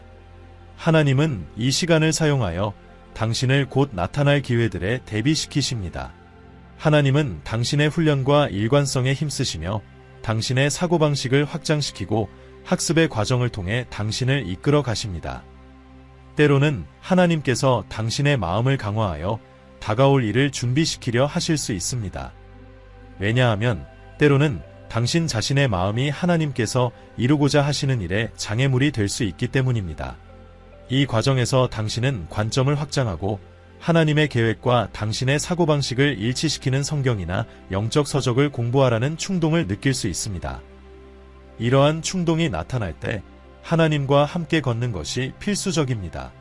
하나님께서 여는 문들 중 일부는 당신이 준비되지 않았다면 유익하지 않을 수 있습니다. 그러므로 하나님께서 당신에게 어떤 부분에서 일하라고 요청하시는지 주의 깊게 살피는 것이 중요합니다. 불확실성에 대해 걱정할 필요는 없습니다. 당신의 책임은 하나님께서 주시는 지시에 따르는 것입니다. 신호 7. 감사의 중요성. 더 많은 것을 받기 위해 감사의 중요성을 이해하는 것이 중요합니다. 하나님께서 당신이 그분이 주신 것을 소중히 여기지 않는다고 생각하시면 그분은 축복을 보류하실 수 있습니다. 더 높은 수준의 축복을 누리기 전에 감사의 시험을 통과해야 합니다. 하나님은 항상 당신의 감사 태도를 주시하고 계십니다. 예수님께서 10명의 나병 환자를 치유하셨을 때를 생각해 보십시오. 그들은 간절히 치유를 원했고 예수님은 지나가시면서 그들에게 제사장에게 가서 몸을 보이라고 하셨습니다. 그들이 가는 동안 치유의 과정이 시작되었지만 그중 한 명만이 감사의 중요성을 인식하고 돌아와 예수님께 감사했습니다. 예수님께서 다른 9은 어디 있느냐? 라고 물으셨습니다. 만약 감사가 중요하지 않았다면 예수님께서는 이 질문을 하지 않으셨을 것입니다. 하나님께서는 각자의 반응을 지켜보고 계시며 이는 하나님께서 당신에게 더 많은 것을 주시기 원하실 때마다 감사의 시험이 있다는 것을 의미합니다. 돌아와서 감사를 표한 나병 환자는 완전한 치유를 받았습니다. 하나님은 당신이 감사의 필요성을 인식하지 못하면 축복의 문을 닫으실 수 있습니다. 따라서 감사의 삶은 당신의 기본 상태가 되어야 합니다. 당신이 하나님께 무언가 큰 것을 요청했을 때 만약 하나님께서 당신에게 충분하지 않다고 느껴지는 것을 주셨다면 그것에 감사하는 법을 배워야 합니다. 그 적음을 풍성하게 자라날 씨앗으로 보십시오. 이것이 바로 예수님께서 5,000명을 먹이실 때 일어난 일입니다. 5개의 떡과 2마리의 물고기는 5,000명 앞에서 아무것도 아니었지만 예수님은 그것이 곡절로 늘어날 가능성을 보셨습니다. 예수님은 감사의 힘을 이해하셨고 감사 기도를 드리신 후 제자들이 음식을 나누자 그것이 충분해졌습니다. 하나님은 당신에게 정확히 원하는 것을 주시지 않으실 때 당신의 행동을 주시하고 계십니다. 이는 당신의 믿음과 신앙이 시험받는 순간입니다. 그러므로 기대에 미치지 못하는 것을 받았을 때 감사하는 것을 잊지 마십시오. 감사의 시험에 합격하여 더 많은 축복을 받을 길로 나아가십시오. 작은 것들 속에서도 하나님을 인식하는 법을 배우십시오. 신호 8. 신실함의 시험. 하나님께서 큰 문을 여시기 전에 당신은 신실함의 시험을 통과하게 됩니다. 하나님은 당신을 상황에 처하게 하거나 당신에게 겉으로는 축복처럼 보이는 것들을 맡기십니다. 그리고 하나님은 당신이 그것들을 어떻게 관리하는지를 지켜보십니다. 이때 당신의 태도는 더 많은 축복을 받을 준비가 되었는지를 결정짓습니다. 하나님은 당신이 그분에 대해 어떤 마음을 가지고 있는지를 평가하십니다.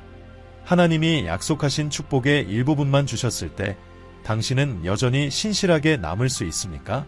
당신이 하나님을 불명예스럽게 할 기회가 생겼을 때 그분을 계속해서 존경하며 하나님을 제쳐두지 않을 수 있습니까? 요셉은 유혹 앞에서도 신실함을 지킨 대표적인 인물입니다. 그는 자신의 주인의 집을 관리하는 책임을 맡았지만 보디발의 아내의 유혹을 거절했습니다.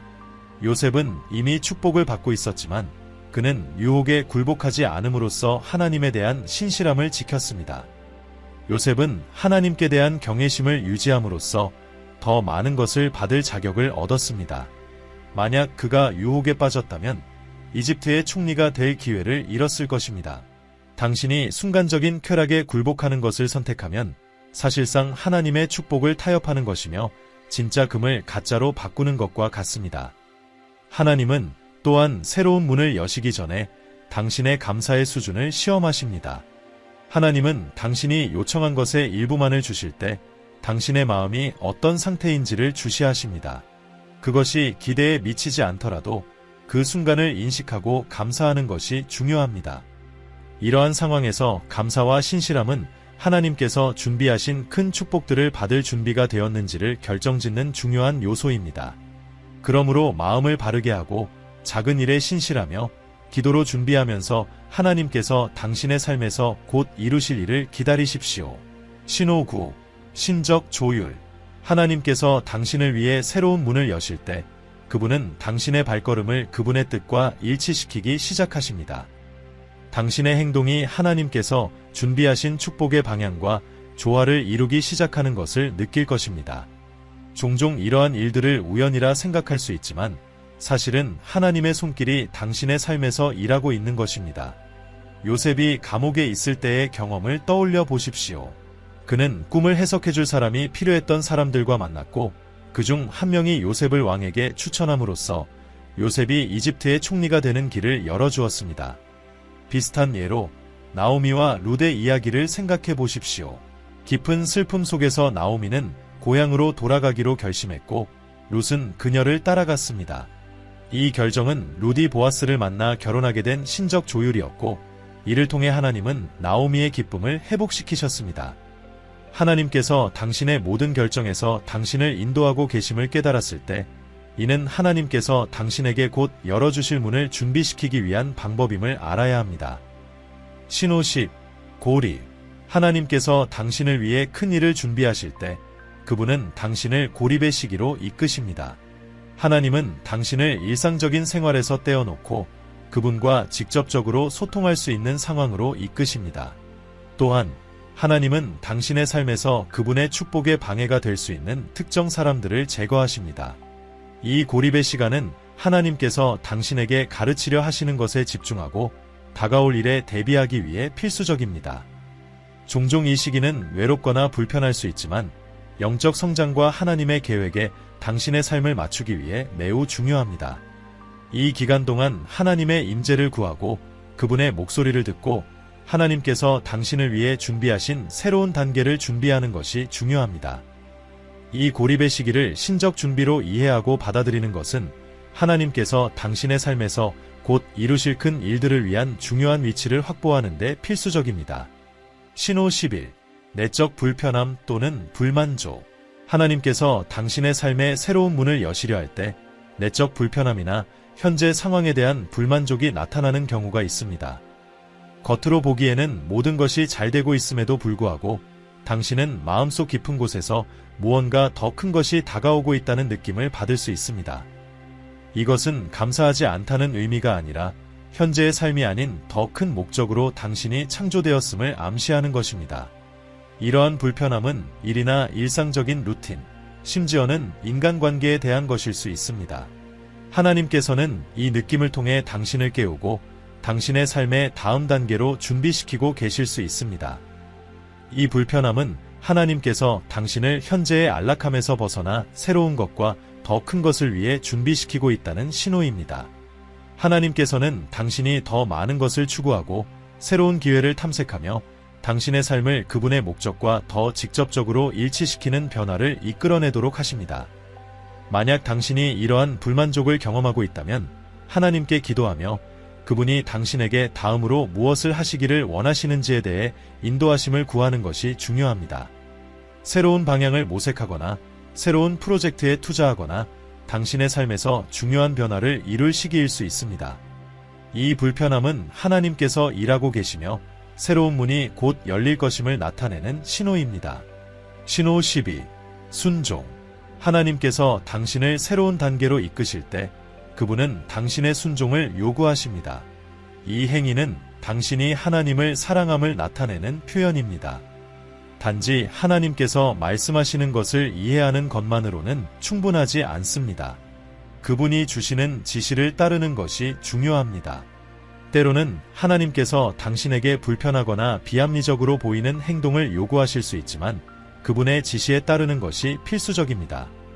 당신의 순종은 하나님께서 주시는 최고의 것들로 인도하는 길입니다.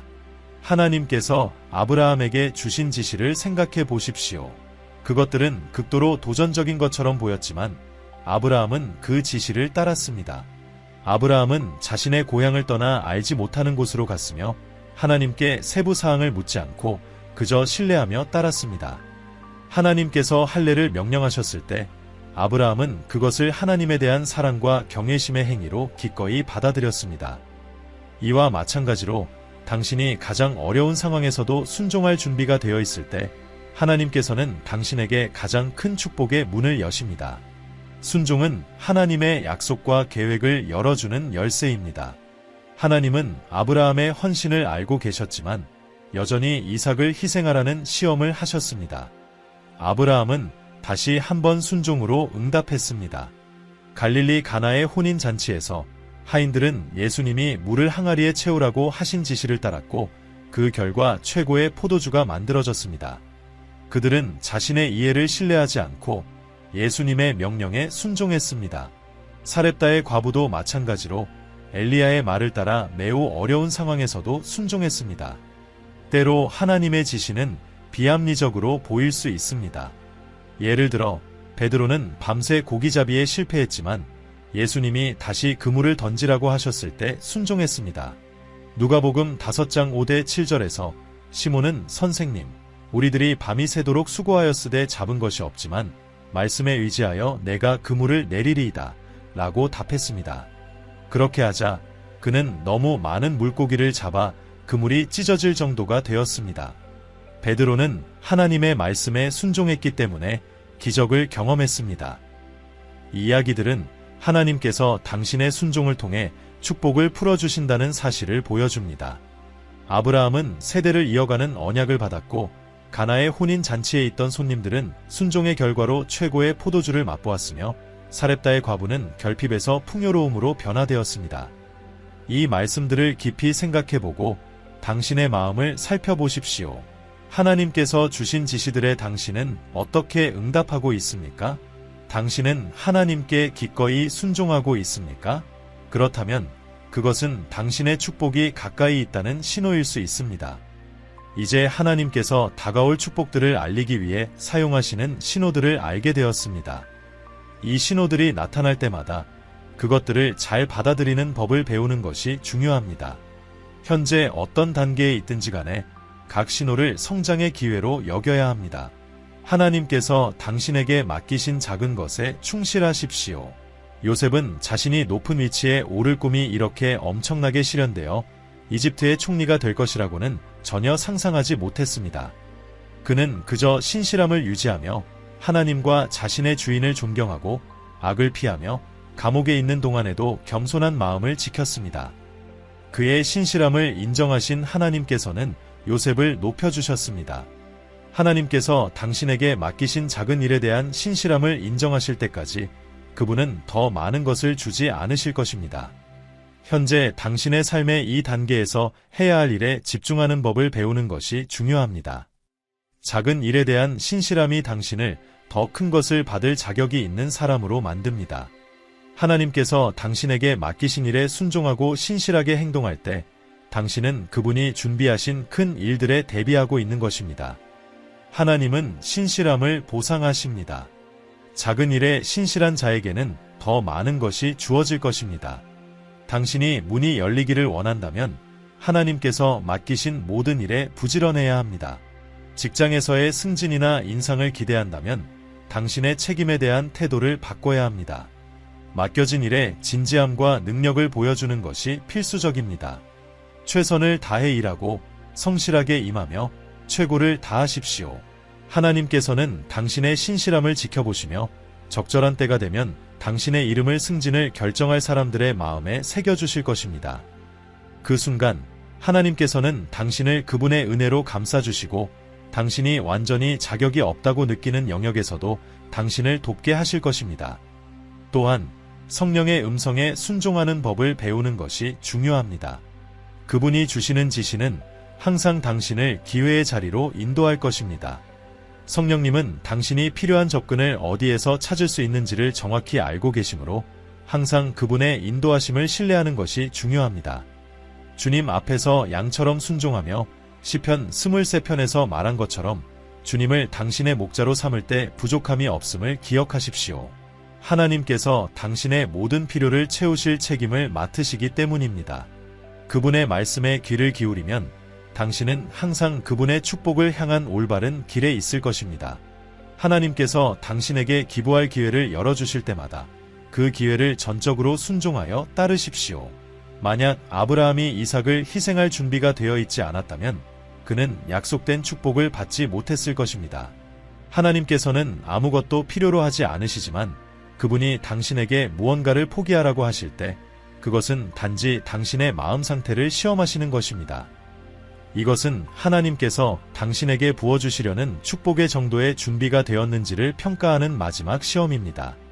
희생은 항상 당신에게 무언가를 요구할 것이며 하나님께서는 바로 그것을 보기를 원하십니다.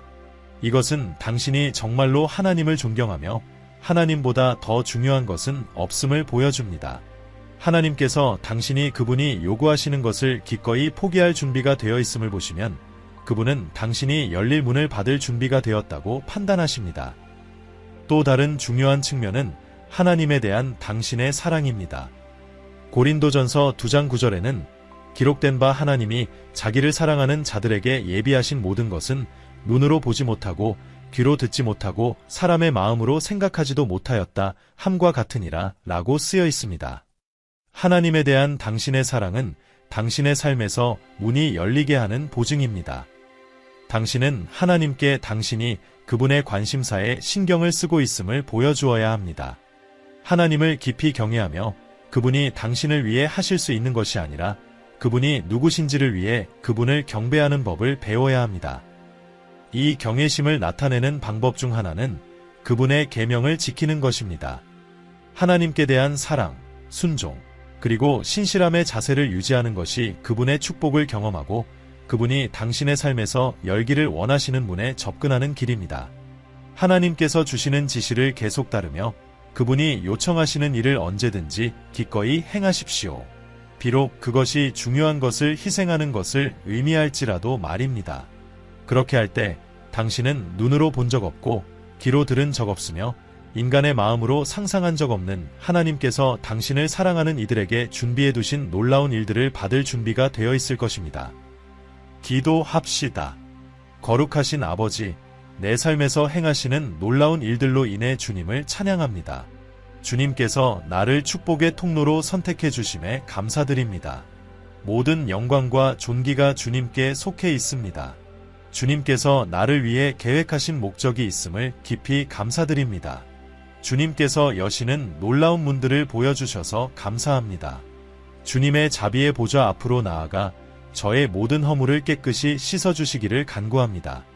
예수님의 보혈로 저를 정결하게 하시고 주님의 성품에 맞지 않는 모든 것에서 저를 깨끗하게 해주십시오.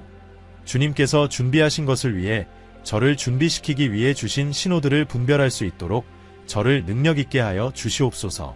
저 혼자서는 이 도전들을 이겨낼 수 없사오니 주님의 임재가 항상 저와 함께해 주시기를 바랍니다. 주님의 성령을 제 안에 새롭게 하여 주십시오. 성령님이 주시는 평안을 통해 주님의 임재를 느끼는 법을 가르쳐 주시옵소서. 주님의 목소리를 분명하게 들을 수 있도록 도와주시고 모든 일에 주님을 존경하게 하여 주십시오. 주님의 말씀이 저에게 임했음을 확신할 수 있도록 초자연적인 신호를 보여주시기를 간구합니다. 주님께서 여전히 저를 주님의 뜻대로 인도하고 계심을 알 수 있게 해주십시오. 아멘. 모든 순간에 주님의 지시에 민감하게 반응할 수 있는 은혜를 구합니다. 주님의 말씀에 순종하며 살아갈 수 있도록 도와주십시오. 주님, 저에게 평안을 유지하는 법을 가르치시고 폭풍 속에서도 주님을 신뢰하는 법을 가르쳐 주십시오. 모든 상황에서 주님을 알아볼 수 있도록 도와주시옵소서. 주님께서 제 인생을 위해 선택하신 길을 따를 수 있는 은혜를 내려주시옵소서.